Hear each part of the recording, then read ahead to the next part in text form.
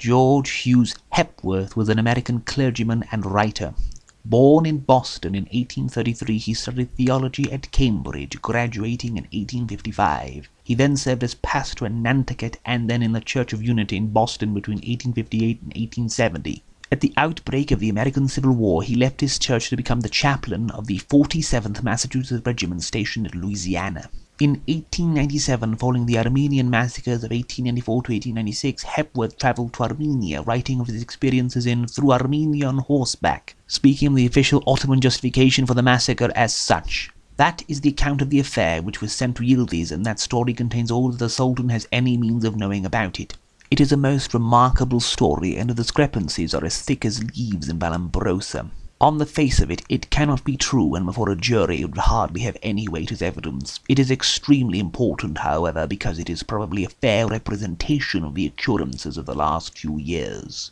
That it is a misrepresentation, so much though that it can fairly be called fabrication, becomes clear when you look at it a second time. Hepworth then goes on to state how unusual it would have been that the Muslim population of the city would have gone to mosque without their weapons, and that somehow a bunch of Armenians would have been able to be well armed to assault said mosque, when it would be an offence worthy of prison to carry around a gun without a permit, noting also that Armenians do not get permits at this point in time in the Ottoman Empire, as well as denoting the obvious underrepresentation of both the figures and the length of the looting and massacre. Hepworth subsequently returned to the United States and died at New York in 1902, aged 69. Most of Hepworth's prose work seems to be religious, be it the story of the title religiously philosophical shoemaker in Hiram Golf's Religion or the Shoemaker by the Grace of God, or works such as The Farmer and the Lord. His 1881 novel,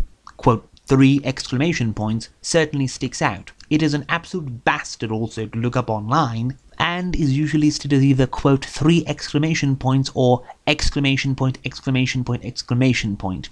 It is a short novel relating to past lives and reincarnation. Oddly enough, the novel starts out with the main character narrating the illustrious knightly history of his family from the time of Francis I of France, then goes on about how members of his family are occasionally pestered with the gift and curse of second sight, seeing spirits all around them, yet which the narrator doesn't really seem to suffer from, based on what he tells us of his life, despite saying that this affliction is what drove all his acquaintances and potential friends from his side. Then we have an old college chum of the narrator's stumble accidentally onto his threshold during a snowstorm, and despite the narrator being witty and always ready with a quick and humorous retort, there are several chapters of this book which drone on and on about philosophy and the amount of illustrious authorities and philosophers who all agree how sound and logical the existence of past life is. And for a chapter or two I considered leaving the book aside, but thankfully this ends soon, or begin the short story of how the narrator found himself intimately acquainted with the city of Berlin, where he had never been before, and the fascination of an old house on him, a house in which he is sure he lived before, a fascination which nearly drove him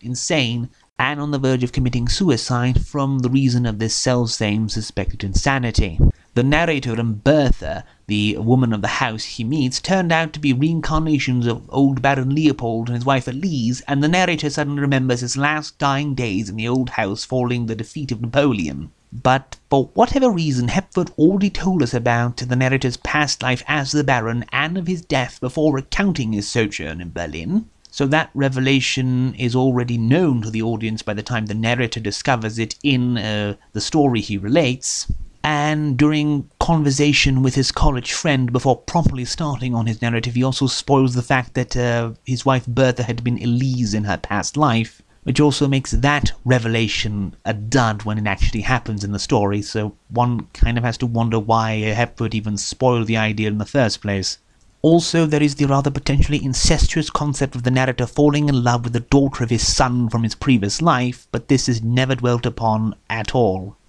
Overall, this is a brisk little read about reincarnation, though why the title of this novel is 3 exclamation points I've absolutely no idea. I've certainly read worse novels, and there at least isn't an overabundance of occultist jargon, and if you can stomach the quotations from church fathers and cant in chapters 2 or 3, then this might interest you.